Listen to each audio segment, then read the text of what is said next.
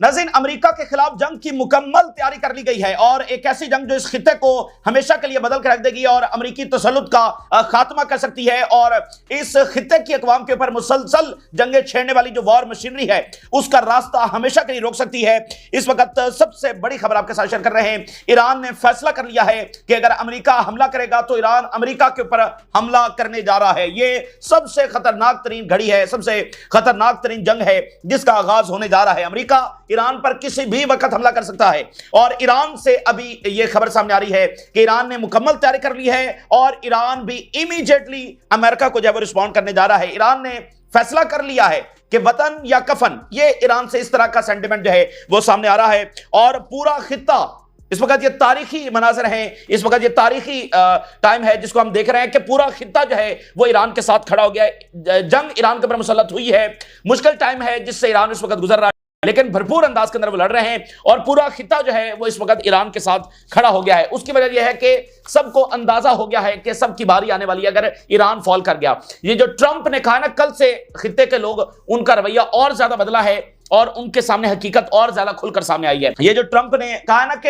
Unconditional surrender, ये जो unconditional surrender है ये सिर्फ ईरान से नहीं मांगा जा रहा है, ये आप समझ लें कि इस खित्ते में सबसे मांगा जा रहा है, ठीक है ना। तो ईरान को तो सिर्फ निशाने इबरत बनाया जा रहा है कि ईरान को पहले वो निशाने इबरत बनाएंगे, अपनी ताकत का मुजाहरा यहां पर करेंगे कि वो क्या कर सकते हैं और उसके बाद अब नेतन्याहू ये बार बार क्यों कह रहा है, अगर ये मामला सिर्फ न्यूक्लियर का है तो नेतन्याहू ये बार बार क्यों कह रहा है कि हम face of the middle east ये चेंज कर रख देंगे, तो वो अपने हिसाब से इस मिडिल ईस्ट को यहां पर अपने नक्शे, अपनी पॉलिसी। अब मिसाल के तौर पर आप देखिए, ट्रंप मिडिल ईस्ट की कंट्री से ये डिमांड कर रहा है कि वो चाइना को आउट करें यहां से, ठीक है ना, यहां से। अब जैसे उसका मुआहदा बरतानिया के साथ भी हुआ है, पहले बरतानिया रेडी नहीं था लेकिन बाद में उसने मुआहदा कर लिया। यूरोपीय यूनियन तैयार नहीं है कि अमेरिका के साथ इस तरह की ट्रेड डील साइन की जाए कि जिसमें चाइना को आउट किया जाए। यूरोपीय यूनियन उसके लिए अभी तक तैयार नहीं है। तो मिडिल ईस्ट से भी यही डिमांड किया जा रहा है कि यहां से चाइना को आउट किया जाए। तो मिडिल ईस्ट की रियासतें इस पर रेजिस्ट कर रही हैं कि हम नहीं आउट करेंगे, आपके साथ भी ताल्लुकात रखेंगे, आपके साथ ज्यादा रखेंगे, उनके साथ कम रखेंगे, लेकिन उनके साथ हम रखेंगे, उनकी अपनी मार्केट्स तक एक्सेस देंगे, उनके साथ ट्रेड करेंगे, उनसे असले भी खरीद लेंगे। तो ये अनकंडीशनल सरेंडर सबसे मांगा जा रहा है। अगर ईरान फॉल कर गया, इतनी बड़ी अस्करी ताकत, तो फिर बाकी कौन लड़ेगा?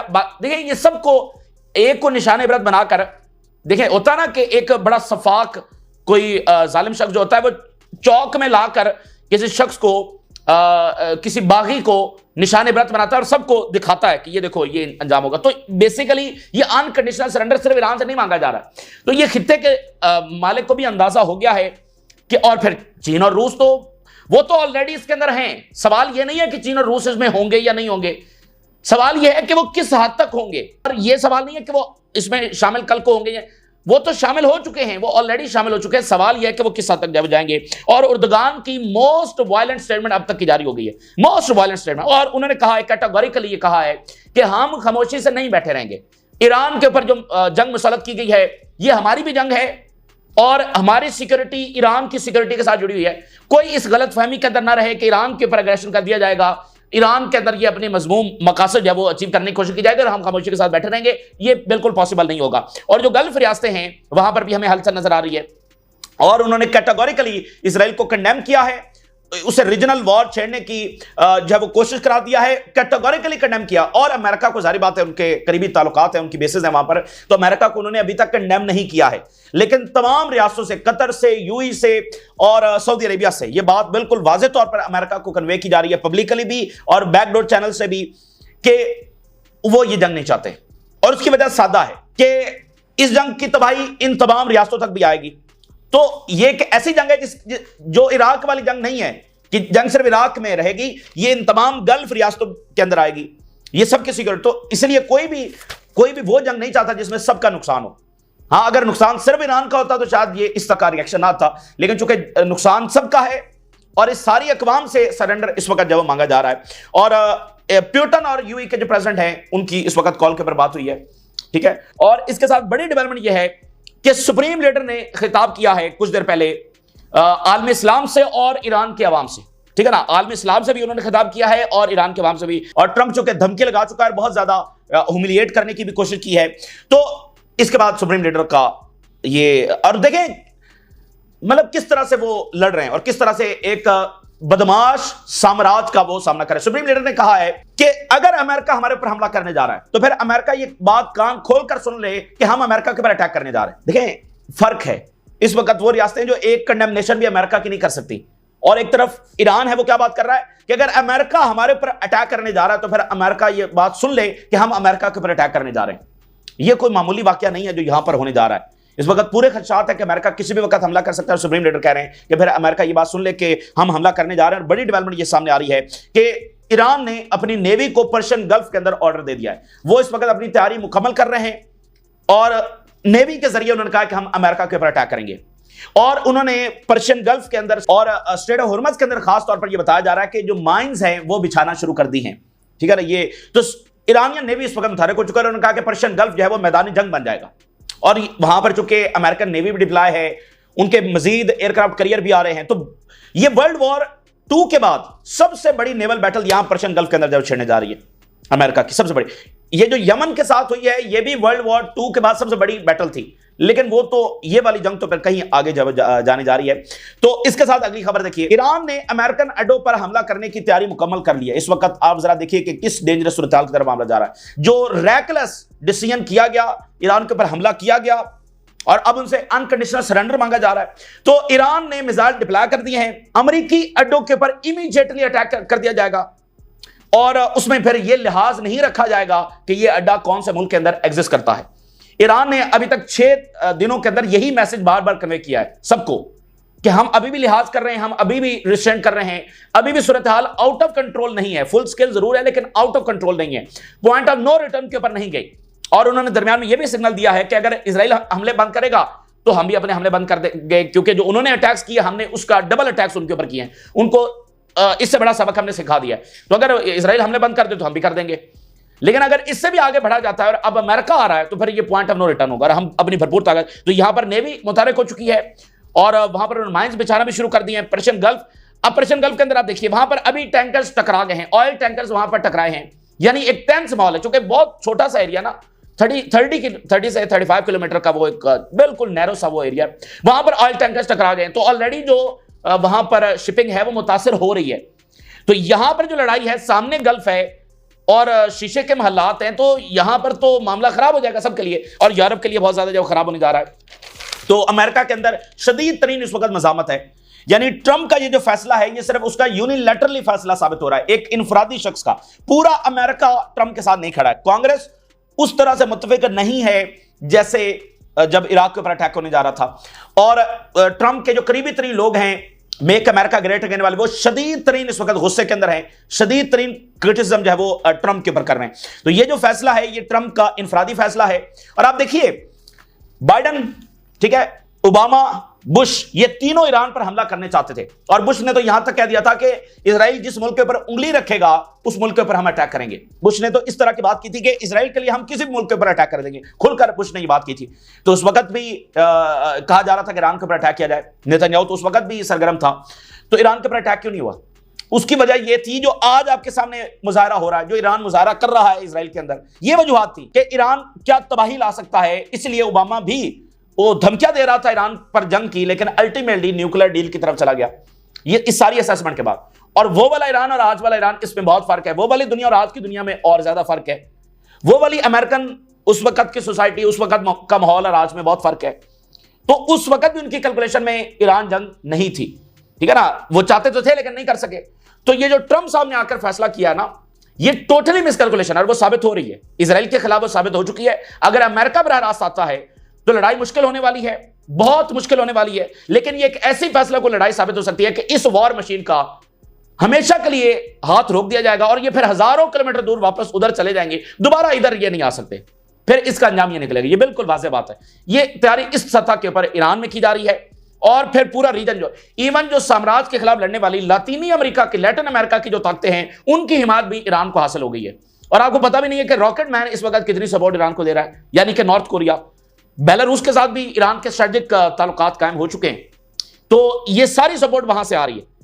तो रशिया और चाइना ऑलरेडी इन्वॉल्व हैं, क्योंकि उनको पता है कि अल्टीमेटली जंग उनके भी खिलाफ है। भाई ये देखे ना, ये यहां की अक़वाम है, ईरान से चाइना कितना दूर है, और उनकी इन्वेस्टमेंट्स ईरान के अंदर, और ऑयल जाता है ईरान से। तो ये इस तरह से नहीं है कि ये सिर्फ जंग ईरान की, ईरान बिल्कुल अकेला नहीं है। हाँ, मुश्किलात जरूर है ईरान के लिए अगर अमेरिका हमला करता है, लेकिन वो फिर ये नहीं है कि बस अमेरिका हमला करेगा, सब कुछ तबाह कर देगा और बस सब खामोश होकर बैठे रहेंगे और ईरान भी कुछ नहीं कर सकेगा। ये इनकी गलतफहमी है। और फिर आप देखें कि ये जो आज की जंगें हैं, ये भी ट्रंप ही की छेड़ी हुई हैं। जो इसका पहला टेन्योर था, आप देखें ये जो यरूशलेम वाला इसने वाकया किया कि यरूशलेम को दारुल हुकूमत डिक्लेयर किया इसराइल का, उसका नतीजा 7 अक्टूबर निकला। और जो इसने न्यूक्लियर डील तोड़ी, उसका नतीजा आज ईरान जंग निकल रहा है। तो ये जो बड़ी जंगें हैं, ये असल में ट्रंप ही की छड़ी हुई हैं, जो बुनियाद इसने पिछले अपने टेन्योर के अंदर रखी और फिर आकर इन चंद महीनों के अंदर इसको बिला वजह, पहले महीने के अंदर अमेरिकन ने मैड किंग का खिताब बिला वजह नहीं दिया। पहले महीने के अंदर वहां के जो बहुत करीबी तरीन इसके लोग थे, उन्होंने इसको मैड किंग का खिताब दे दिया कि ये बंदा जो है वो एम्पायर के लिए तबाहकुन साबित होगा। तो सुप्रीम लीडर का जो खिताब हुआ है, उसकी हेडलाइंस में पहले आपके सामने रखने जा रहा हूं। उसके बाद मजीद क्या तैयारी हो रही है। एक तरफ तो ईरानी हमले भरपूर इसराइल के ऊपर जारी है और इसराइल धमाकों से गूंज रहा है। दूसरी तरफ ईरान अब तैयारी कर रहा है अमेरिका के ऊपर, क्योंकि आज रात हमला हो सकता है, अगले किसी भी घंटे हमला हो सकता है। बिल्कुल वहां पर ट्रंप ये फैसला कर चुका है, ये खबर आ रही है। हम वहां पर रोकने की कोशिश की जा रही है, वो हम डिस्कस करते हैं कांग्रेस और बाकी, लेकिन ट्रंप ऐसा लगता है कि फैसला कर चुका है। Khamenei reject Trump call for unconditional surrender, ये उसके जवाब में ये खिताब हुआ है। Warns US of irreparable damage if it intervenes in war. देखें ना, इसकी अब बदमाशी देखें ममालिक की। पता नहीं ये दुनिया को अपनी जागीर समझते हैं कि पहले इसराइल को ग्रीन लाइट दी कि ईरान के ऊपर हमला कर दो। अच्छा, अब हमला अगर करवा दिया है तो दो दो हाथ कर लेने दो इनको, फिर ईरान निमट लेगा। फिर तुम क्यों दरमियान में आ रहे हो? पहले तो देखे ना ये कितनी बड़ी बर्बरियत है और कितनी बड़ी सफाकियत है और कितनी बड़ी बदमाशी है कि इसराइल को हमला करवा दिया, इधर ईरान के साथ डिप्लोमेसी कर रहे हैं और इधर से इसराइल को कहा कि हमला करो। अब जब आगे से 4 चपेड़े पड़ी हैं तो अब कह रहे हैं हम खुद आ रहे हैं। भाई आप किस लिए आ रहे हैं? उन्होंने कहा कि इररिपेयरेबल डैमेज है वो अमेरिका को पहुंचेगा, नाकाबिले तलाफी नुकसान, पॉइंट ऑफ नो रिटर्न होगा। US must learn that Iranian people will not surrender and does not submit to the dictates and threats. War will be met with war. जंग छेड़ेंगे तो जंग मिलेगी। बम्बार्डमेंट विद बम्बार्डमेंट, यानी ये जैसे आकर बम्बारी और कारपेट बमिंग, उस तरह की बम्बारी फिर हम भी करेंगे। स्ट्राइक्स विद स्ट्राइक्स, एक स्ट्राइक करेंगे तो फिर हम उस सजा। Any US strike will have irreparable consequences. Let the US know, America ये अच्छे तरीके से जान ले कान खोलकर, that any military intervention will bring forth the repercussions they could never mend. America को ऐसी काली ज़रबें लगाएंगे कि ये दोबारा संभल नहीं सकेगा। यानी इस वॉर मशीनरी का हाथ अब इस मिडिल ईस्ट के अंदर जब वो हमेशा के लिए रोक दिया जाएगा। ईरान ऐसी जंग की तैयारी कर रहा है। Iranian people will stand strong against any imposed peace, ये जो हमारे ऊपर पीस मुसलत किया जा रहा है, सो कॉल्ड पीस, इसके खिलाफ भी हम खड़े रहेंगे। Just as they stand against the imposed war. बिल्कुल ये कैटेगोरिकली उन्होंने बात कर दी है। तो ये नाज़रीन वाज़ेह हो चुका है कि इजराइल नहीं लड़ सकता है ईरान से। और सबसे जो बड़ा वाकया हुआ है ना पिछले 24 घंटों के अंदर, वो जो मुसाद का हेडक्वार्टर उड़ाया गया है, ये कोई छोटा वाकया नहीं है। यानी मुसाद का जो हेडक्वार्टर है वो दुनिया की सिक्योर तरीन बिल्डिंग्स में से एक है, उसको उन्होंने मलबे का ढेर बना दिया। पूरे का पूरा हेडक्वार्टर उन्होंने उड़ा दिया, सही मानों में उड़ा दिया। और उसमें यह भी खबर सामने आ रही है कि CIA के लोग भी हो सकते हैं, अमेरिकन भी हो सकते हैं, मुसाद अमेरिकन बैठे हुए वहां पर। तो मुसाद का हेडक्वार्टर है, सिक्योर तरीन बिल्डिंग है, जंग जारी है, तो क्या अमेरिकन वहां पर नहीं हो सकते? हो सकते हैं। तो ये जो ट्रंप वहां से भागा भागा आया है ना G7 को छोड़कर, तो ये वजह भी बताई जा रही है कि मुसाद के हेडक्वार्टर को हिट करना, वहां पर अमेरिकन की मौजूदगी हो सकती है। और ये डिस्क्लोज नहीं कर रहे क्योंकि इनके लिए बहुत बड़ा वो देखना कि अगर मुसाद का हेडक्वार्टर उड़ गया तो पीछे बचा क्या है इसराइल के अंदर। और फिर अमन जो कि इनका मिलिट्री इंटेलिजेंस का हेडक्वार्टर है, उसको भी उड़ा दिया, प्रॉपर उड़ा दिया, मलबे का ढेर बना दिया, लेवल कर दिया। इस तरह का उन्होंने मिसाइल मारे, तो वहां पर भी अमेरिकन हो सकते हैं, ठीक है ना। और यानी कि इसराइल की सबसे सिक्योर तरीन उन्होंने बिल्डिंग्स उड़ा दी हैं। तो ईरान इससे आगे वो कह रहा है कि अभी हमने सारी कैपेबिलिटीज इस्तेमाल नहीं की है। तो अब ट्रंप को फैसला करना है कि वो जंग रोकेगा या फिर अमेरिका आएगा। तो अमेरिका के लिए उन्होंने तैयारी कर ली है और ये ट्रंप का इनफरादी फैसला होगा, अमेरिका इसमें साथ नहीं है। और ये बहुत बड़ा फैक्टर है कि आलमी सतह के ऊपर अमेरिका के अंदर, खिते के अंदर, यूरोप के अंदर मुकम्मल सपोर्ट जब वो ट्रंप को हासिल नहीं है, उसके नैरेटिव को हासिल नहीं है। ईरान के हवाले से अगली खबर देखिए, Iran will respond through it's navy across the gulf if the United states join the war. बिल्कुल, यानी कि बयानात भी आना वाजे हो गए हैं कि अमेरिका को पॉइंट आउट करते हुए बयानात भी वाजे हैं और हमले की तैयारी भी वाजे है। पर्शियन गल्फ मैदान जंग बनेगा, नेवी के जरिए वहां पर जवाब देंगे। और इसके साथ अमेरिकन और बाकी मीडिया ये रिपोर्ट कर रहा है कि ईरान ने अमेरिकन बेसिस के ऊपर हमले की तैयारी मुकम्मल कर ली है। क्योंकि देखें, जब अमेरिका अटैक करेगा तो वो अपनी पूरी ताकत के साथ इस तरह से अटैक करेगा और वो कई दिन मुसलसल बमबारी जारी रहेगी। यानी कि इजराइल अटैक करता है ना, तो उसको तो रिफ्यूल करना पड़ता है और दरमियान में 1 घंटा 2 घंटा वक्फा आ गया। अमेरिका की बमबारी तो इस तरह से नहीं होगी, उनके हजारों जंगी तैयारी हिस्सा ले सकते हैं, उनके B-2 बम्बर्स हिस्सा लेंगे और वो बमबारी इस तरह से होगी कि 1 सेकंड नहीं होगा कि बम नहीं गिर रहा है, और वो चाहेंगे कि बस इसको 3-4 दिनों की मुसलसल बमबारी से इनकी तमाम जो कैपेबिलिटीज है उनको तबाह कर दिया जाए। तो उसमें फिर ईरान के पास सोचने का टाइम नहीं होगा, इधर से जो पहली स्ट्राइक होगी उसके बाद मिसाइल अमेरिका के ऊपर फायर हो जाएंगे। ये ऐसी सेंसिटिव सूरत हाल पैदा होने, इसलिए वार्न किया जा रहा है। तो खबर यह है कि ईरान ने उसकी तैयारी मुकम्मल कर दी है। जो ही अमेरिका अटैक करेगा फौरी तौर पर अमेरिका के ऊपर और तमाम basis. Iran leader reject call to surrender, saying US intervention would cause irreparable damage and Iran is preparing missile for possible retaliatory strike on US bases. Iran prepares missile for potential strike on US bases in Middle East. ये associated press ने और times of Israel और सारा बाकी अमेरिकी media जो है report कर रहा है। तो नेवी तैयार है और अमेरिकन बेसेस, और अमेरिकन कौन सी बेसेस हैं?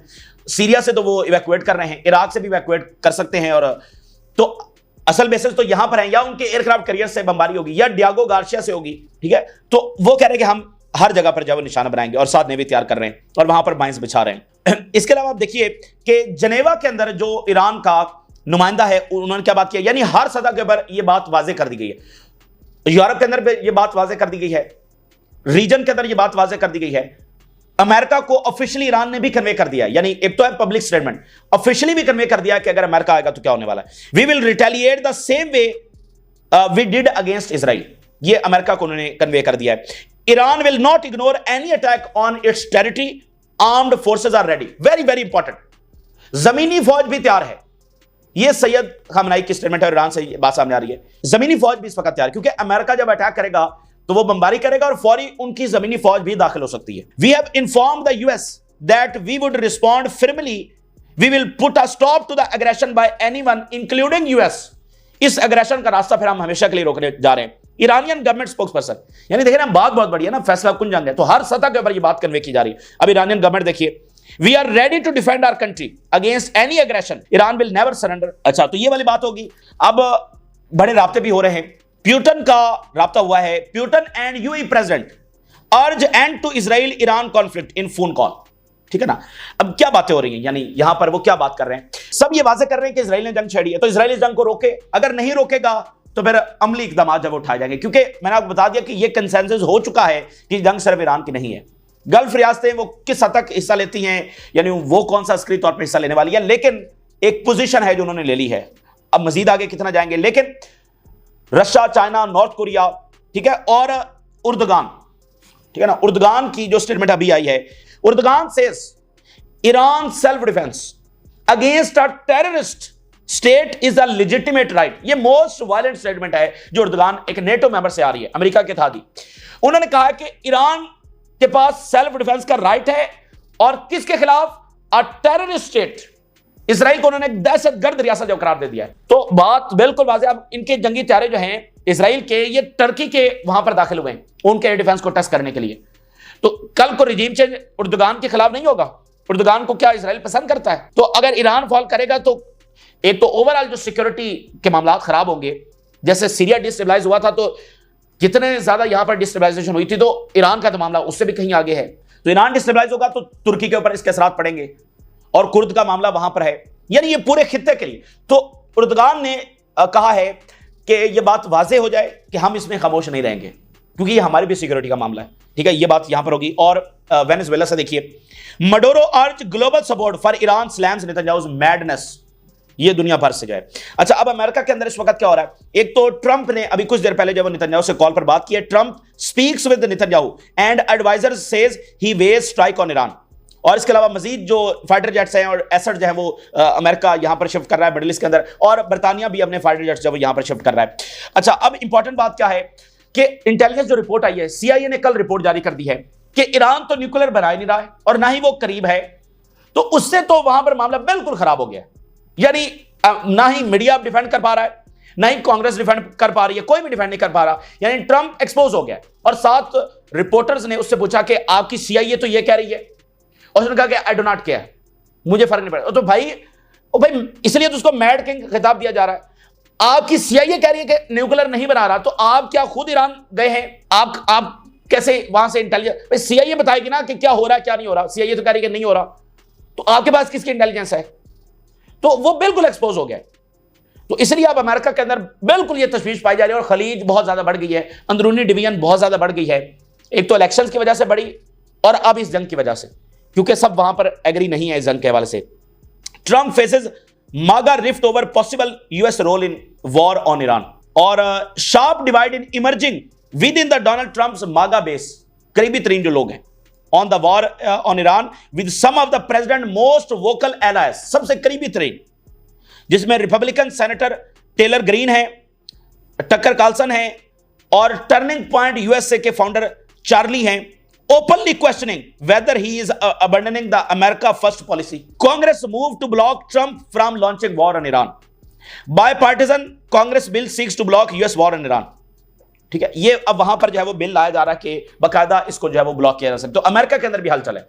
इसलिए ये बात ध्यान में रखें कि अमेरिका एक भी जंग एशिया के अंदर नहीं जीता है, और ये जंग ना ही अफगानिस्तान के साथ हो रही है, ना ही लीबिया के साथ हो रही है, ना ही इराक के साथ हो रही है, ना ही शाम के साथ हो रही है। ये हो रही है ईरान के साथ, जिसने इस खित्ते की ताकतवर तरीन अस्करी जो पावर है उसको हिला के रख दिया। वो 4 दिन नहीं टिक सकता ईरान के सामने, ठीक है ना।